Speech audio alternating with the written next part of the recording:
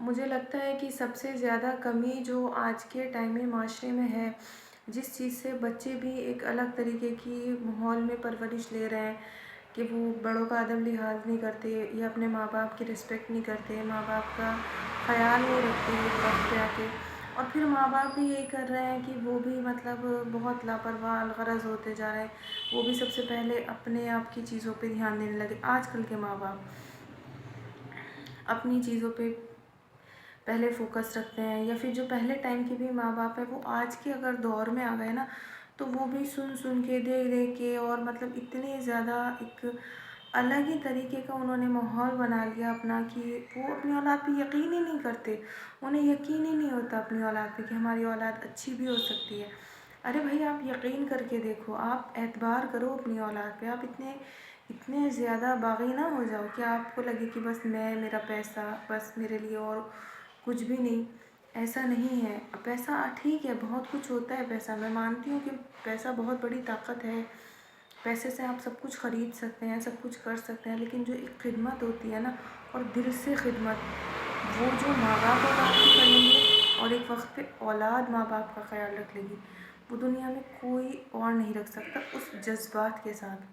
جو ماں باپ کے جذبات ہوتے ہیں یا پھر ایک اولاد کے جذبات ہوتے ہیں۔ ہاں دوسرا کو آپ نوکر کے طور پہ رکھ لو، آپ اس کو پے کر دو، وہ آپ کی خدمت کرے گا اور اپنے گھر چلا جائے گا، اسے کوئی اتنا درد احساس نہیں ہوگا آپ کی تکلیف کا جو آپ کی اولاد محسوس کر سکتی، کتنی بھی بری کیوں نہ ہو۔ اور وہی چیز پھر اولاد کے لیے بھی آتی ہے کہ جو خیال، جو دعا، جو ایک آپ کا اپنائیت ماں باپ کے لیے ہے نا، وہ دوسرا کوئی آپ کے لیے فیلنگز نہیں رکھ سکتا۔ ماں باپ ایک الگ مقام رکھتے ہیں، اولاد ایک الگ مقام رکھتی ہے، لیکن پھر گھوم پھر کے بات یہ آتی ہے کہ ہر چیز کا نچوڑ یہ ہے کہ تعلیم کا نہ ہونا، اور وہ بھی دین کی تعلیم۔ جب ہمارے گھروں میں پراپر طریقے سے دین کی تعلیم نہیں ہوتی نا، دین کا پتہ ہی نہیں ہوتا کہ دین ہے کیا چیز، نہ ماں باپ نے سیکھا اپنے ٹائم میں، وہ بچے تھے انہیں نہیں سکھایا، پھر بڑے ہو گئے تو انہیں لگا کہ ہمیں ضرورت ہی نہیں ہے، ہم تو ماں باپ بن گئے، ہمیں کیا ضرورت ہے کہ ہم دین کی تعلیم سیکھیں ایز اے اولاد کے وے میں۔ اور اسی طرح پھر اب اولاد ہے وہ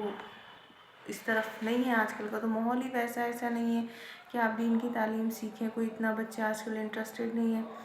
تو اصل بات یہی ہے کہ ماں باپ کا دین کی کمی ہونا وہ نسلوں تک چلتا ہے اور وہ گھر کو برباد کر دیتا ہے۔ اگر ایک سمجھدار، پڑھے لکھے، دیندار ماں باپ ہوتے ہیں نا تو وہ اپنے گھر میں سب سے پہلے انصاف قائم کرتے ہیں، وہ انصاف کے ساتھ چلتے ہیں، ہر اولاد کا حقوق سمجھتے ہیں، برابر سمجھتے ہیں، پھر جیسے وہ اچھے بنتے ہیں نا، اچھا کرتے ہیں اولادوں کے ساتھ، تو پھر اولاد بھی پلٹ کے ماں باپ کو اسی طرح خیال رکھتی ہے، اس کو بھی پھر لگتا ہے کہ ہمارے ماں باپ نے ہمارے لیے برابری کری ہے، ہمارے لیے سوچا ہے، ہمارا ہر طریقے سے خیال رکھا ہے، کسی میں کمی زیادتی نہیں، تو پھر آج ہم سب اولاد کا بھی ہمارے ماں باپ کے لیے برابر حق ہے۔ یہ دین کا نہ ہونا جو ہے نا، یہ سب سے بڑی بیسک کمزوری ہے ہمارے گھروں کی بربادی کی، اور ماں باپ کا اولاد کا خیال نہ رکھنا اور اولاد کا ماں باپ کا خیال نہ رکھنا، یہی سب سے بڑی بنیادی وجہ۔ لیکن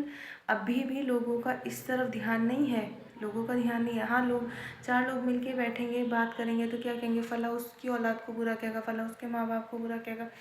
لیکن اس نتیجے پہ نہیں پہنچتے کہ یہ سب کچھ ہو کیوں رہا ہے۔ یہ سب کچھ ہو اس لیے رہا ہے کیونکہ دین ہی نہیں سیکھا، دین کو سیکھنے کی کبھی کوشش ہی نہیں کری، جاننے کی کبھی کوشش ہی نہیں کری۔ آپ دین سیکھیں، دین کے اندر تو اللہ تعالیٰ نے ہر چیز کا حل بتا دیا، اولاد کی اپنی جگہ بتا دی، ماں باپ کی اپنی جگہ بتا دی، ہر کسی کے لیے ہے۔ نہ ماں باپ اولاد کے ساتھ زیادتی کریں اور نہ اولاد ماں باپ کے ساتھ زیادتی کریں۔ پرسکون زندگی جی سکتے ہیں اگر ہمیں دین کی نالج ہو، لیکن بس کمزوری یہی ہے کہ نہ ہمیں دین سکھایا گیا اور نہ ہم نے سیکھنے کی چاہت ہی رکھی، اس کا نتیجہ یہ ہے بربادی۔